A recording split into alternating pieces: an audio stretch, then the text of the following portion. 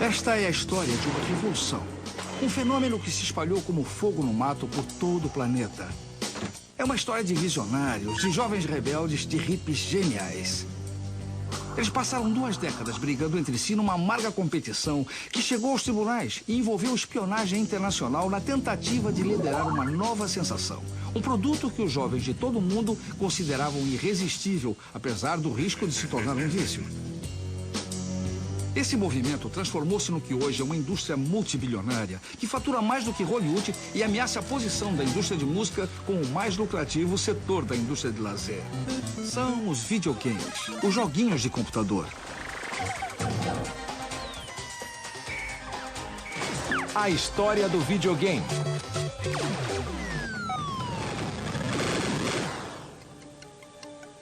Tudo começou em 1972, quando um bando de rebeldes do Vale do Silício abandonou seus empregos regulares e monótonos e resolveu tornar realidade o sonho que tinham de desenvolver jogos em computador.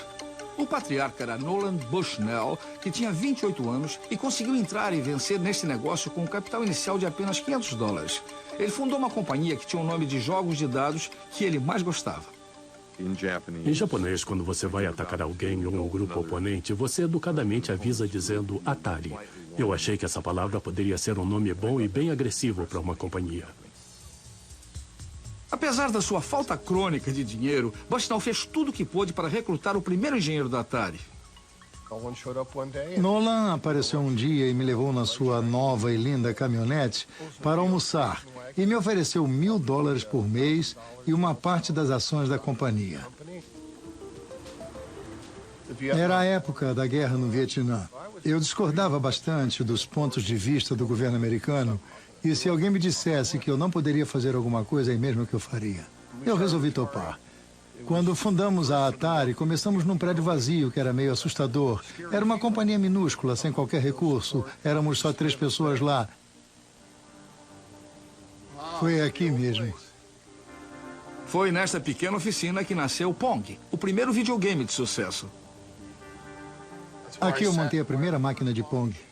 Na realidade, Pong era para ser apenas um projeto de treinamento. Mas ele mentiu, disse que tinha assinado um contrato de fornecimento com a General Electric. Nenhum engenheiro gosta de um projeto que não leva a nada.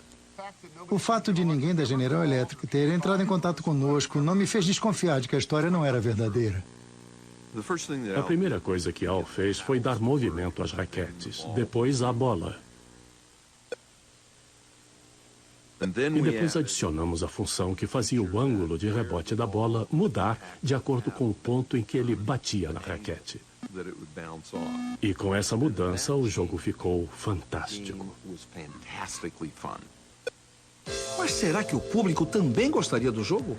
Para descobrir isso, Bushnell e Alcorn instalaram seu protótipo, que haviam acabado de montar as peças, num bar perto da oficina deles. Montamos o protótipo numa caixa de madeira que estava revestida por papel colante. Grudava tudo. Colei no lado dela uma latinha para as moedas, que era de um velho joguinho de crianças, e coloquei tudo em cima de um barril. Ficamos de longe, perto de uma das máquinas de pinball, observando o que aconteceria. Um dos fregueses se aproximou da máquina e ficou olhando para a bolinha, que ficava ricocheteando em silêncio pela tela. Ele colocou uma moeda e o jogo começou. Pouco depois ele percebeu que os 2 botõezinhos controlavam as raquetes e deu a primeira raquetada. Logo depois já havia um amontoado de gente em volta dele observando o jogo. Até aquele momento, ninguém havia visto nada numa tela de televisão que não tivesse vindo de algum estúdio. Eu lembro que uma garota me perguntou: como é que vocês conseguem mandar o sinal para uma estação de televisão quando eu mexo nesses botões? O fato de que o sinal podia ser gerado ali mesmo no local estava além da imaginação deles.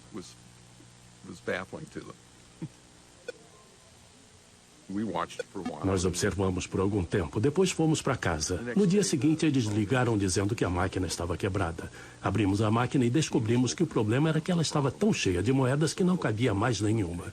E eu pensei, bom, esse problema é fácil de resolver. Quando Nolan viu o sucesso do Pong e o dinheiro que gerava, pensou, tem um produto fantástico nas mãos, o que temos que fazer é fabricar mais. Foi o começo da Atari. Bushnell alugou o galpão mais barato que ele encontrou, que havia sido um rink de patinação, e eles montaram a sua primeira fábrica. Quando eu dizia, vamos montar 100 máquinas por dia, todo mundo na companhia dizia, Nolan, você está louco. Começamos a procurar operários nas agências de emprego e convidávamos gente que passava na rua, inclusive criminosos que estavam em liberdade condicional. Havia até bandidos no meio. Era uma coisa tão amadorística que chegava a ser chocante. Umas 6 semanas, 2 meses depois, já estávamos fabricando 100 máquinas por dia. A notícia se espalhou e começaram a chegar pedidos, montes de pedidos. 10 mil Pongs só para os Estados Unidos. O Pong invadiu rapidamente todo o país. Tínhamos 24 anos de idade, recém-formados, e já tínhamos feito uma coisa que mudou o mundo. Tendo investido apenas $500, a Atari faturou seu primeiro milhão e chegou rapidamente a 3 milhões. E a versão doméstica do Pong ainda iria fazer mais sucesso. Eu achava que havia um enorme mercado potencial para o Pong nas residências. E um dia ela me disse, eu acho que dá para botar tudo isso num chip só e montar um jogo tão barato que todo mundo vai poder ter um em casa. E eu disse, então vamos lá.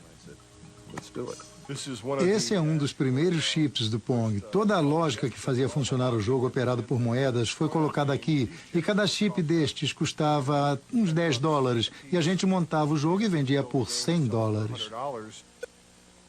Encontrar alguém que vendesse o Pong doméstico foi um desafio bem maior. Nenhuma loja de brinquedos do país queria comprar nem ao menos um deles. E aí um dos caras pensou, bem, que tal tentar a seção de equipamentos esportivos da Sears?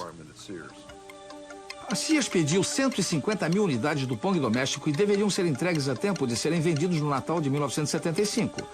O design era atraente, dirigido tanto a adultos quanto a jovens, e levava a marca dos telejogos da Sears. A Atari arriscava tudo mais uma vez. A Sears aplicou todo o seu poder de marketing para vender o Pong doméstico. A sensação de 1973 nas lojas de joguinhos eletrônicos podia agora ser comprada e levada para casa. Era a última moda. Bastou um único anúncio e eles venderam tudo. Foi uma maravilha. A Atari virou uma grande companhia. Aos poucos, mas de maneira segura, desenvolvemos jogos novos, diferentes. Bushnell focalizou seus esforços mais uma vez nas lojas de joguinhos. Ele queria estar sempre um passo à frente de seus concorrentes. Partíamos do princípio de que não devíamos dar sossego aos concorrentes. Nosso marketing deveria ser melhor, nossa fabricação também. E inovaríamos cada vez mais. Para desenvolver os melhores jogos, Bushnell precisava dos melhores engenheiros. Por isso, ele transformou a Atari na companhia onde era mais divertido trabalhar em todo o mundo. Quando foi recrutado, David Crane tornou-se um grande fã do estilo excêntrico de administrar adotado por Bushnell. Nolan vivia usando a palavra legal. Se achasse que era legal, logo queria fabricar aquilo baseado no princípio de que outras pessoas iriam pensar o mesmo. Bushnell deu inspiração aos seus jovens e brilhantes engenheiros de modo que eles inovassem sempre. Meu raciocínio era que se você acredita mesmo na sua ideia, vá em frente. Tente torná-la realidade. A base de todo o negócio de Bushnell era levar as novas ideias e nenhuma delas deveria ser considerada como louca demais. Cada um deles tinha que bolar umas 2 ideias malucas. A gente chamava isso de adubo. As ideias eram como sementes no adubo. Elas estavam germinando e algumas ganhavam vida. A permissão para que a criatividade fluísse livremente produziu uma série de jogos de grande sucesso, mantendo a Atari na liderança da indústria. Mas aí veio a ação judicial. A acusação era de que Bushnell talvez tivesse copiado de alguém a sua ideia de fabricar os jogos. A ação alegava que, meses antes da fundação da Atari, Bushnell havia visto um jogo numa feira da indústria que era quase idêntico ao Pong. Um projetista de aparelhos de televisão chamado Ralph Baer pensava em desenvolver joguinhos de vídeo desde o início dos anos 50. Em 1966, as ideias dele se cristalizaram quando ele estava esperando um ônibus numa viagem de negócios que fez a Nova York. Quando voltei ao meu escritório na manhã seguinte, foi no dia 1º de setembro de 1966, escrevi um memorando de 4 páginas descrevendo a coisa toda. Propus coisas como jogos de esporte de pegar, corridas, jogos de automóveis. Baer começou a trabalhar na sua invenção. Ele apelidou o primeiro console de videogame que montou em 1966 de Minha Caixa Marrom.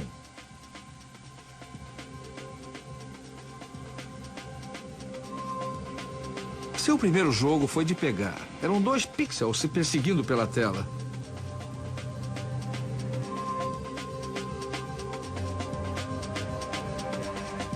Que foi logo seguido por um jogo de ping-pong.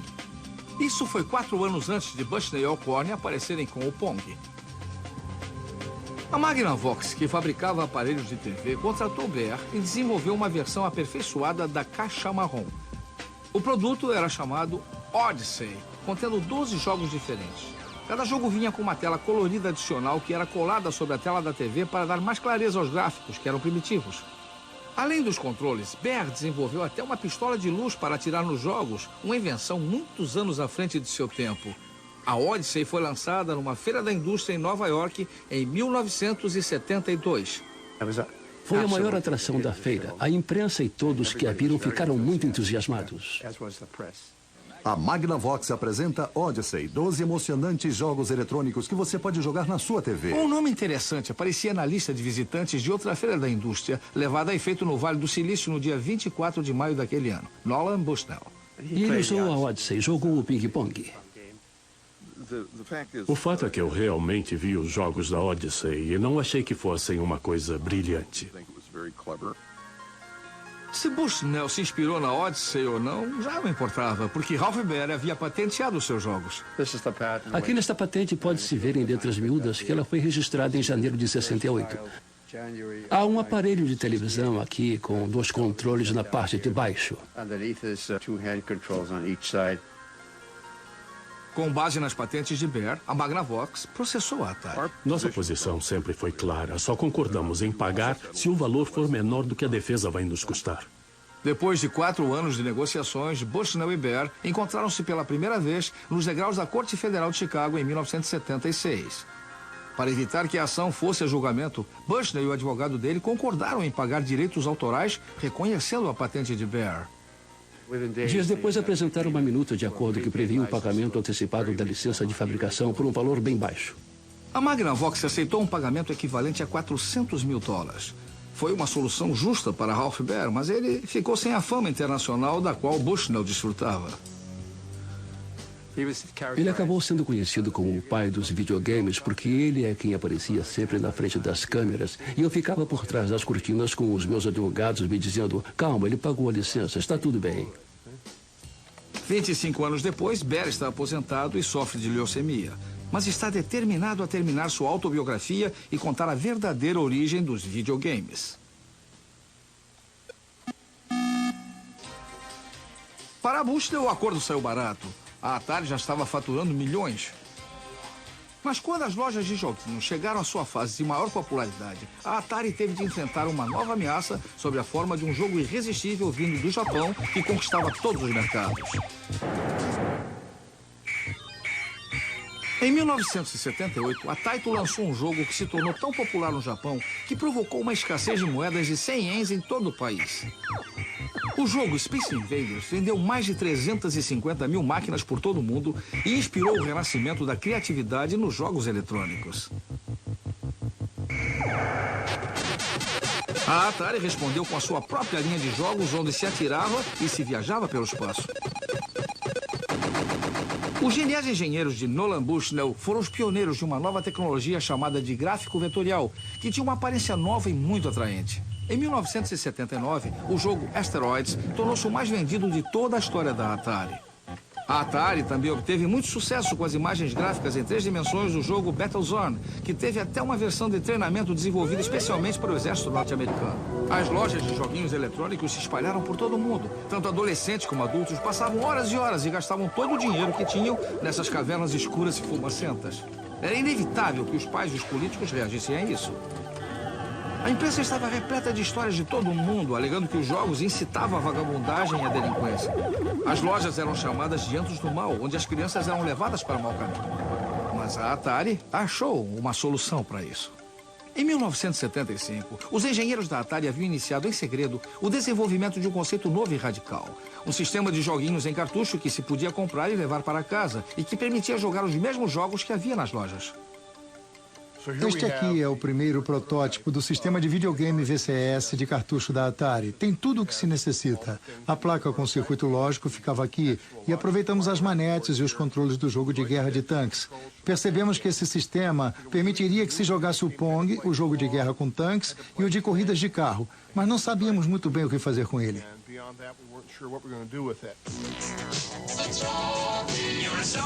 O VCS foi lançado em 1977. Seu acabamento era bonito, em imitação de madeira, os comandos eram muito bem projetados e ele trazia as primeiras manetes para uso doméstico.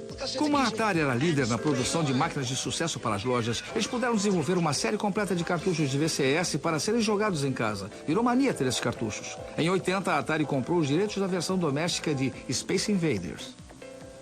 Chegou o Space Invaders da Atari. Agora você pode jogar o videogame mais famoso do mundo na sua própria casa. A aeroespacial chega à sua televisão. Naquele Natal foram vendidos milhões de aparelhos VCS para que os adolescentes pudessem jogar Space Invaders em casa.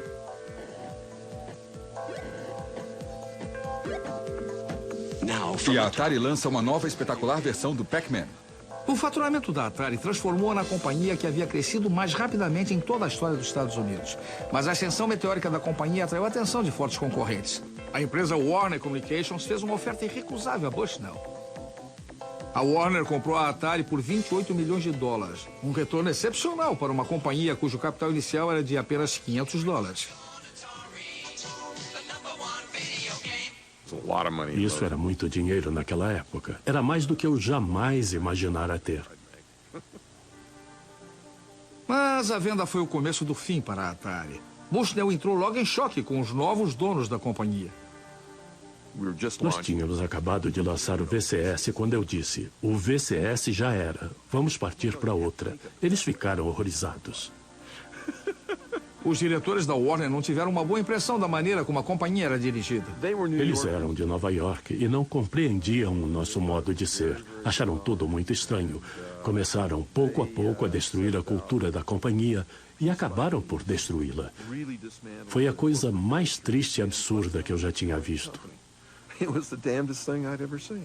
Uma série de desentendimentos com os novos donos terminou inevitavelmente com o afastamento de Bushnell. Deram a ele o dinheiro a que tinha direito e o mandaram embora. A indústria perdeu o seu pioneiro visionário. Mas os problemas da Atari não haviam terminado. Sob nova administração, projetistas geniais como David Crane, responsáveis pelo imenso sucesso da Atari, acabaram também tendo seu trabalho menosprezado. Muitas das promessas não chegavam a ser cumpridas. Alguns de nossos melhores engenheiros receberam a tarefa de montar os cartuchos para os jogos domésticos que faturavam cerca de 40 a 50 mil dólares por ano. Se deixassem que eles trabalhassem 3 ou 4 meses no desenvolvimento de novos jogos, poderíamos vender 80 milhões de dólares. Se achavam que nós não valíamos mais do que os operários que apertavam parafusos, então nós é que estávamos na companhia errada. David Crane e 3 outros projetistas de primeira linha saíram da Atari e fundaram sua própria companhia, Activision.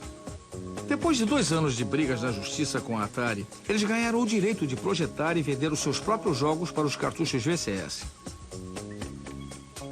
Foi Crane quem projetou o jogo VCS mais famoso de todos, Pitfall. Cada jogo que desenvolvíamos vendia 500 mil de unidades, pelo menos. Todos fizeram sucesso. E aí veio o Pitfall, que vendeu muitos milhões de unidades. Quando desenvolvemos o Pitfall, estávamos inventando o jogo de plataforma. A Activision deu novo alento ao espírito criativo dos primeiros dias da Atari, mas sem querer, provocou um desastre. Muitos empresários invejaram nosso sucesso e, infelizmente, inundaram o mercado com produtos que ninguém queria comprar. A Atari contribuiu para a perda de confiança que o público tinha nos videogames ao lançar produtos de qualidade inferior, como o ET. Milhões de cópias desse jogo acabaram no lixo. O mercado de videogames despencou e em 1983 a Warner perdeu mais de 230 milhões de dólares somente no segundo trimestre do ano. As ações da companhia perderam quase todo o seu valor. Eu me arrependo de ter vendido a Atari para a Warner. Foi a maior burrice que eu fiz na vida. A Warner vendeu a Atari em 1984 e com isso desapareceram os videogames feitos nos Estados Unidos.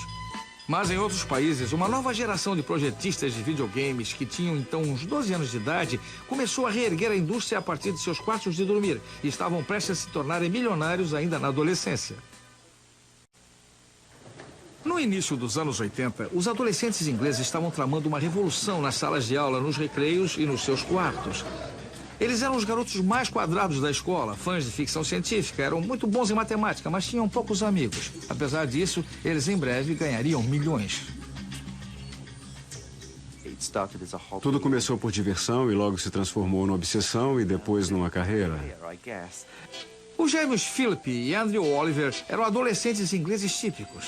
Seus pais não admitiam que eles tivessem um joguinho eletrônico para brincar na televisão, mas achavam que o computador era uma ferramenta educativa. Exatamente naquela época, uma série de computadores domésticos baratos chegou ao mercado, entre eles o ZX Spectrum e o Commodore 64. Milhares de pais britânicos compraram esses computadores para seus filhos para ajudá-los a fazer os deveres de casa, mas a criançada tinha outros planos. Sem ninguém para dizer que eles não podiam fazer aquilo, eles descobriram que podiam desenvolver jogos tão bons quanto os das máquinas de jogos eletrônicos e talvez até melhores. Os jogos mais empolgantes eram os das lojas, mas o problema com as lojas era que eles tomavam as moedas da gente em troco de um minuto só de jogo. Já os jogos em computador permitiam que as crianças jogassem todas as tardes se elas quisessem. Os gêmeos Oliver aprenderam por eles mesmos a desenvolver os programas dos jogos. Em 1982, com apenas 13 anos de idade, eles mandaram um jogo para uma revista de jogos e ele foi aceito.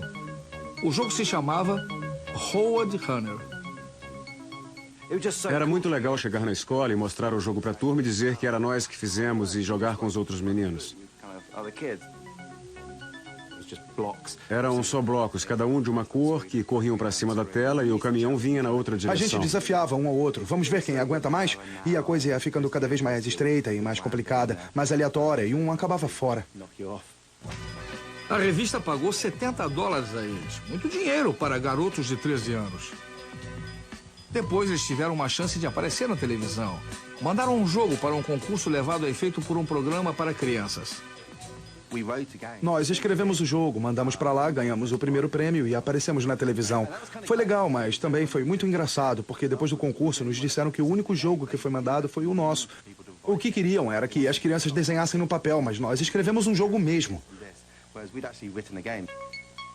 Choveram ofertas de compra para os jogos deles e a diversão dos gêmeos transformou-se numa indústria de fundo de quintal. Nós fizemos uma porção de jogos. Este era o P Assassino e este era o P das Cavernas. A gente trabalhava direto, a noite inteira, e tinha escola na manhã do dia seguinte. E a gente separava em partes o que ia fazer. Todas as flechas voando e as pedras caindo, e aí a gente juntava aquilo. Íamos dormir e quando acordávamos já estávamos com mais um truque na cabeça para o jogo. A gente ficava mudando e de repente os passarinhos começavam a cantar na janela e ficava mais claro lá fora. E a gente ouvia o leiteiro chegar. Isso aí. Os editores distribuíam seus jogos por todo o país, mas os gêmeos recebiam muito pouco dinheiro por eles. Quando fizeram 18 anos, seus pais resolveram que deveriam ir para uma faculdade e depois conseguir bons empregos. Mas um dos professores deles convenceu os pais a darem um ano aos meninos para que tentassem transformar seu hobby em um negócio. Poucas semanas depois, a vida deles passou por uma revolução quando se encontraram com os irmãos Darling. Richard e Dave Darling vinham também desenvolvendo seus próprios jogos desde que tinham 11 e 12 anos, respectivamente. Mas eles não estavam satisfeitos com os baixos valores que as companhias de jogos ofereciam aos projetistas adolescentes. Começaram então a vender seus jogos pelo correio e fundaram sua própria companhia, cuja sede era num dos quartos da casa deles. Duplicavam os jogos em fitas cassete, imprimiam os rótulos que eles mesmos desenhavam e chegaram a vender 1 milhão de cópias de jogos. Quando tinham apenas 17 e 18 anos, fundaram sua própria editora de jogos, chamada Codemasters.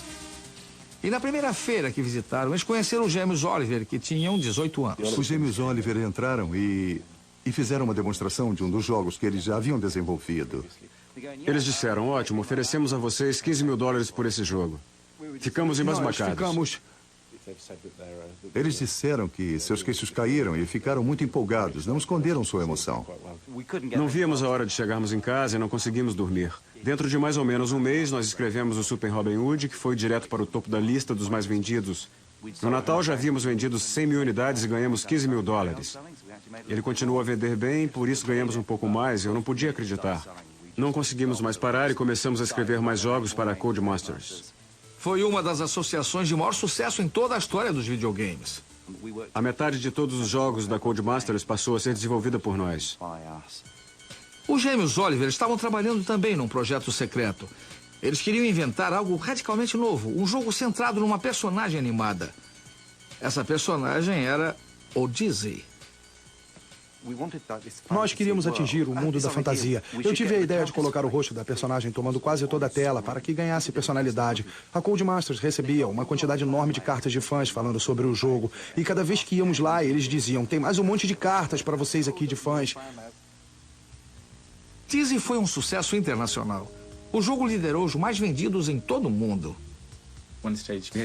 Tínhamos jogos diferentes do Dizzy colocados em primeiro, segundo e terceiro lugares nas paradas de sucesso. Os adolescentes que desenvolviam jogos passaram a ser celebridades nacionais. Apareciam nas manchetes e davam provas de seu sucesso. Muitas Ferraris foram compradas por caras que pensavam que tinham passado no teste, mas eu acho que aquelas Ferraris não duraram muito nas mãos deles. O resultado de todo esse trabalho foi uma contribuição importante para o aumento de criatividade nos videogames. Eram jogos desenvolvidos por jogadores para jogadores. Graças à era dos computadores domésticos, a Inglaterra podia agora contribuir com mais projetistas de jogos e programadores do que qualquer outro país. Eu me lembro de dizer a um jornalista, eu acho que um dia este negócio vai ser maior do que a televisão. Hoje em dia, a indústria britânica de videogames já exporta mais do que a soma das exportações das indústrias britânicas de cinema e de televisão. Mas no início dos anos 80, enquanto os adolescentes ingleses eram as maiores estrelas do videogame, novas estrelas estavam nascendo no leste. A base da indústria estava a ponto de mudar novamente. A indústria de jogos de computador, que havia começado com a Atari na costa oeste da América há 30 anos, é dominada hoje pelo Japão.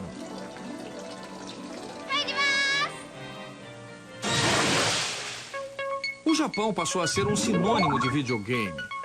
Isso se deve basicamente a uma série extraordinária de jogos que giram em torno de personagens, todos eles desenvolvidos nos anos 80 por um único gênio criativo. Desde a época de Walt Disney, nenhuma pessoa foi tão hábil na arte de tocar os corações e as mentes de milhões de crianças por todo o mundo. Seu nome é Shigeru Miyamoto. Em certo momento, eu compreendi que os videogames podem realmente emocionar as pessoas. Desde então, minhas próprias memórias da infância passaram a estar refletidas nos meus jogos.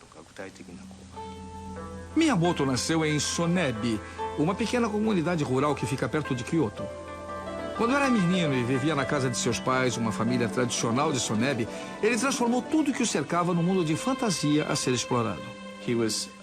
Ele ficava meditando por muito tempo sozinho e também passava muito tempo sonhando acordado.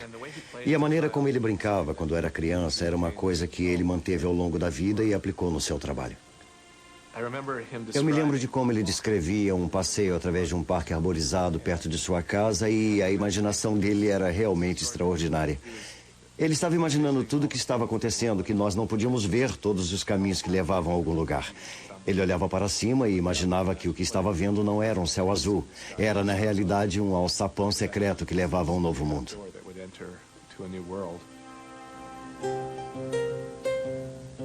Em 1980, Miyamoto levou sua visão e sua imaginação para a Nintendo.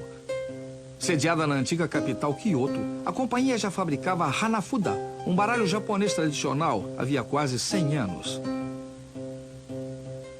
Mas, quando seu presidente, Hiroshi Yamauchi, viu o sucesso que faziam jogos como Space Invaders, ele transformou a Nintendo numa companhia de videogames.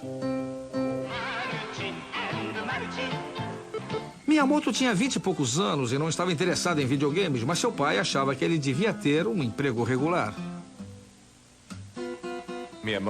Miyamoto era um artista sonhador, distante de grande imaginação, mas ele jamais imaginou trabalhar para uma grande companhia. Odiava computadores. Não confiava em coisas intangíveis como a eletricidade. O próximo passo no seu destino foi uma chamada para resolver uma crise nos Estados Unidos. A Nintendo havia aberto uma pequena filial em Seattle. A era da loja de joguinhos estava no seu auge, com a Atari dominando o mercado, e a Nintendo queria participar desse mercado. A Nintendo americana havia encomendado 2.000 unidades de um jogo que fazia muito sucesso no Japão, chamado Radarscope, mas nos Estados Unidos o jogo foi um desastre. A filial pediu a sede da empresa em Kyoto para desenvolver outro jogo que o substituísse. Não havia projetista disponível e a companhia resolveu dar uma grande chance ao seu recruta mais jovem. Miyamoto ficou desconcertado e acabrunhado com a ideia e começou a pesquisar. Passou algum tempo nas lojas de joguinhos e com crianças que jogavam para entender de que se tratava. E começou a ter uma visão diferente dos videogames, como se fossem parecidos com filmes de cinema. E por que os jogos não podiam contar histórias? Miyamoto criou uma história simples e uma personagem de quadrinhos bem chamativa para seu jogo, que era algo inteiramente novo.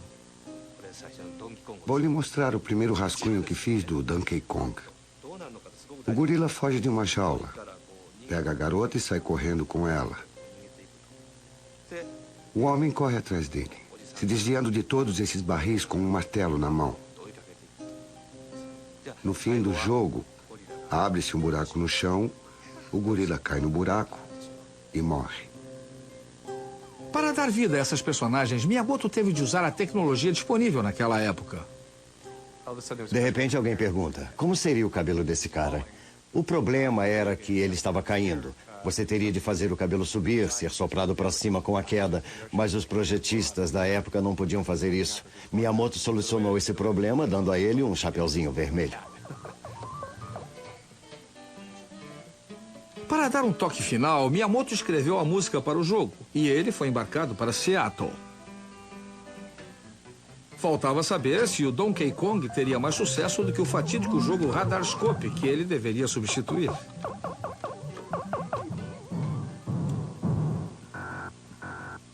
Os empregados da companhia em Seattle viram o jogo e acharam que seus colegas japoneses haviam enlouquecido.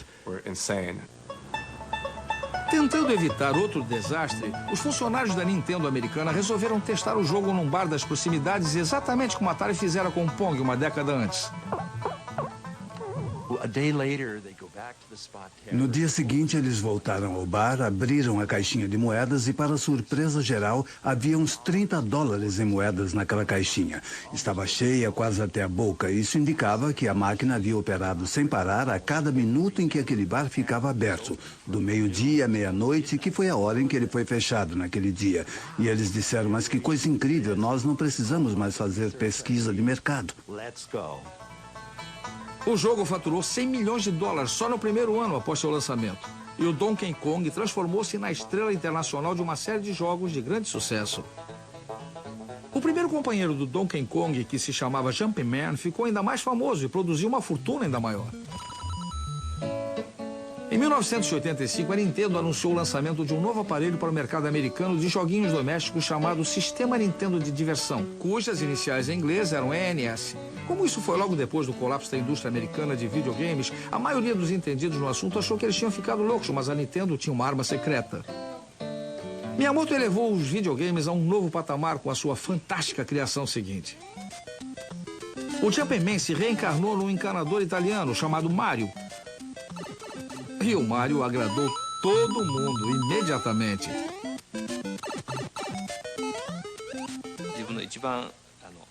O Mario pode fazer coisas incríveis, como pular muito alto. Mas ele não é o super-homem. Ele se afoga na água e se machuca se cai de um lugar muito alto. Miyamoto criou um mundo para ser explorado pelo Mario. Um mundo cheio de tubos, esgotos, beiradas e barrancos íngremes, além de um verdadeiro exército de monstros muito coloridos para que ele os combatesse. O teste da versão inicial foi muito positivo. Depois eu criei o Mariozinho. O jogo ficou mais interessante com os dois. Aí eu fiquei imaginando que espécie de comida poderia transformar o Mariozinho no Mario grande. E foi aí que eu criei um cogumelo vermelho que tinha um aspecto horrível. Ele criava esses universos fantásticos parecidos com Alice no País das Maravilhas. Logo foi lançado outro jogo e Mario virou uma superestrela internacional. Em 1987, uma pesquisa mostrou que ele era reconhecido por mais crianças americanas do que o camundongo Mickey. E aí Miyamoto trouxe à luz sua obra-prima.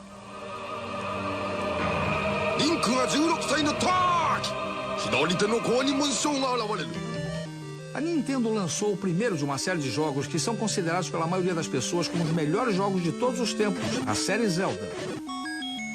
A lenda de Zelda foi além das formas planas de simples níveis. Ela ofereceu aos jogadores um enorme mundo mágico para ser explorado livremente. A história começa com uma criança de pé no meio de uma planície. Ela não tem nem espada nem escudo. O jogador inicia por dar um nome à criança, mas depois disso não tem ideia do que deve fazer. Ele começa a explorar a planície procurando coisas para fazer. Era um conceito muito audacioso na época. A série Zelda foi inspirada pelos passeios da infância de Miyamoto pelo mato em volta de sua casa. Eu subi num morro, atravessando uma floresta e uma pedreira.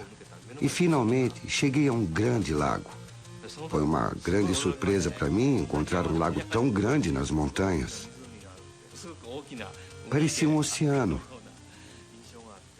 Essa imagem é muito usada em Zelda. Ofereci muitos itens diferentes a serem descobertos no jogo Zelda. Esses itens estão lá para ajudar o herói a se transformar de uma criança em um adulto completo. Quando a criança cresce, o jogador pensa, eu estava com medo, mas agora sou muito forte. É esse o tipo de jogo que eu queria fazer.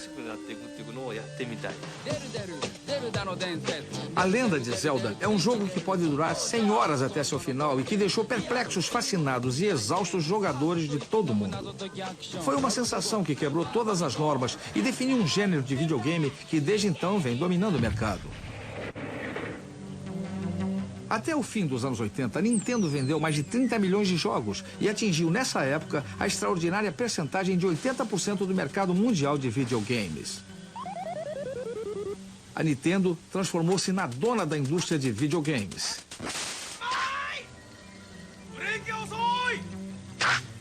E logo depois iria provar isso com o lançamento de um aparelho novo e radical que iria agradar aos meninos, às meninas e até aos adultos. Só faltava um jogo perfeito para acompanhar o lançamento. Mas para conseguir esse jogo, eles teriam de arrancá-lo das mãos de ferro do serviço secreto russo, a KGB. Nos fins dos anos 80, criou-se por trás da cortina de ferro uma amizade entre dois projetistas de videogames que iria tornar famoso um desses homens e o outro muito rico, além de transformar o Game Boy da Nintendo na máquina de maior sucesso de toda a história.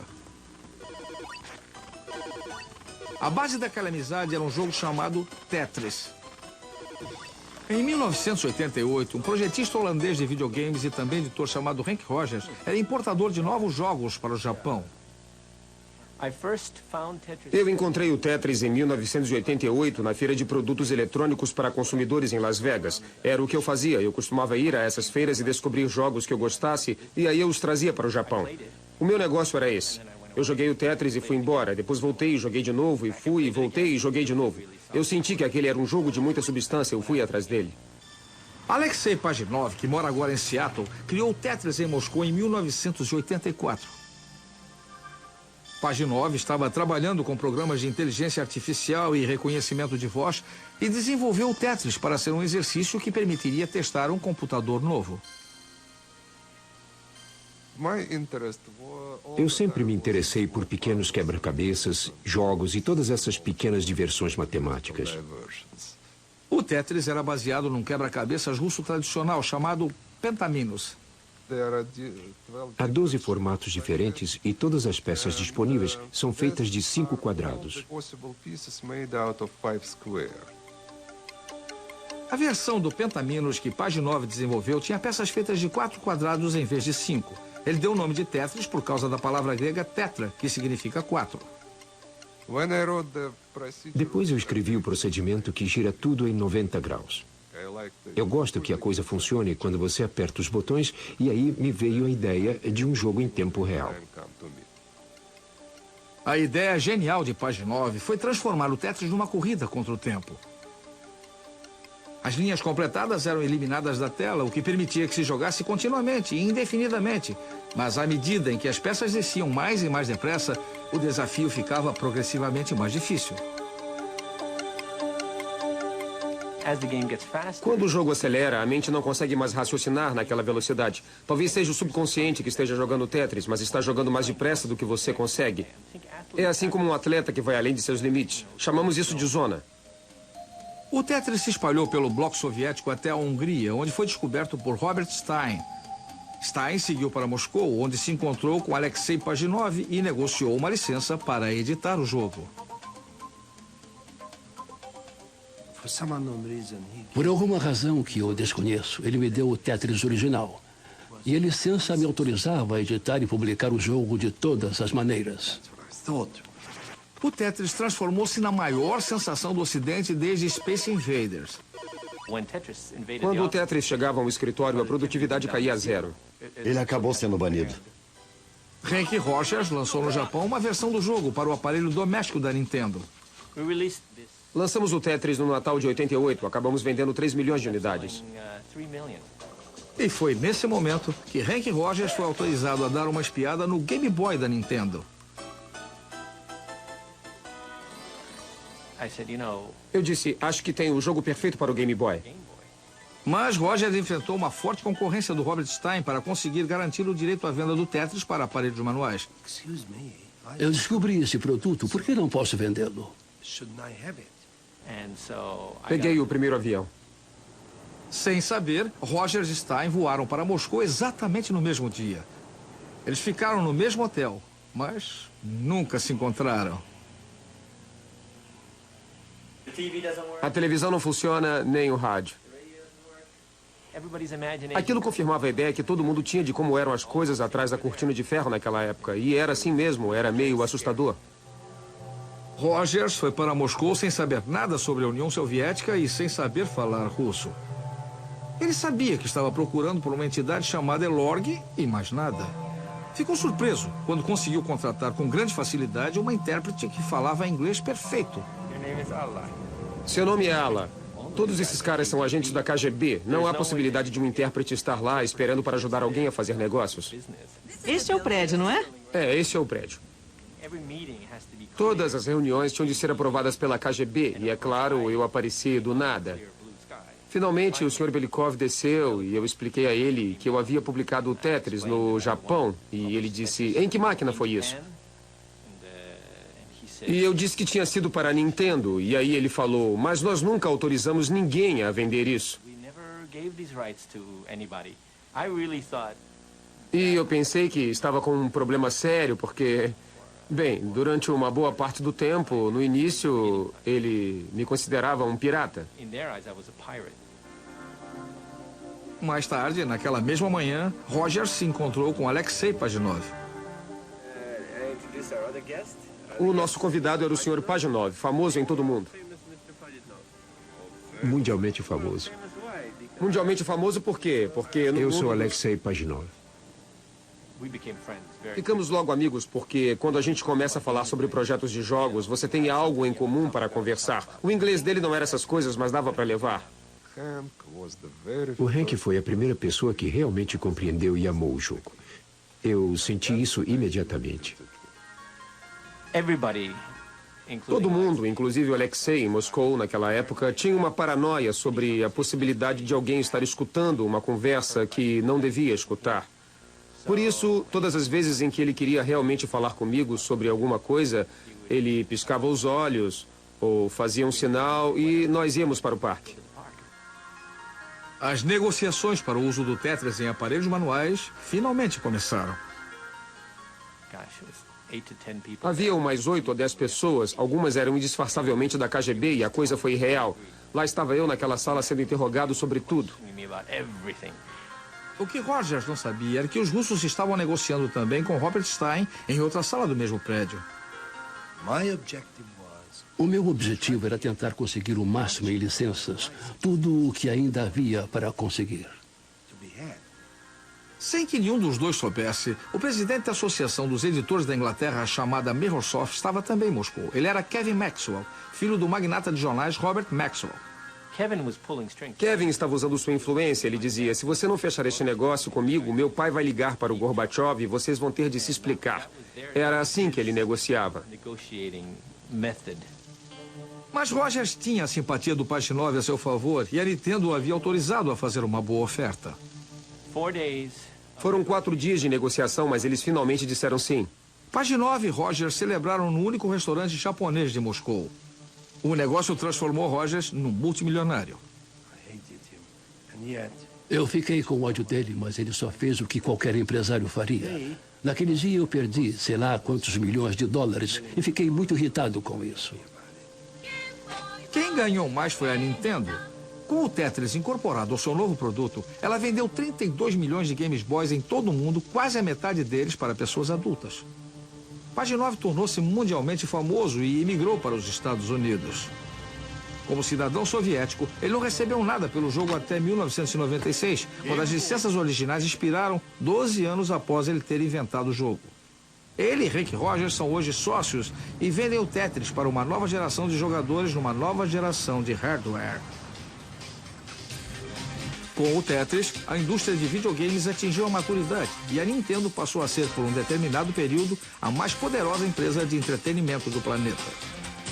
Partindo de suas origens humildes, a cultura dos videogames evoluiu a um ritmo incrível, graças à visão e à criatividade de seus grandes pioneiros. Eles sempre compreenderam como a raça humana gosta e precisa jogar. Eles abriram as portas de um maravilhoso mundo novo, no qual quem entra nunca mais sai. Versão brasileira Sincrovídeo.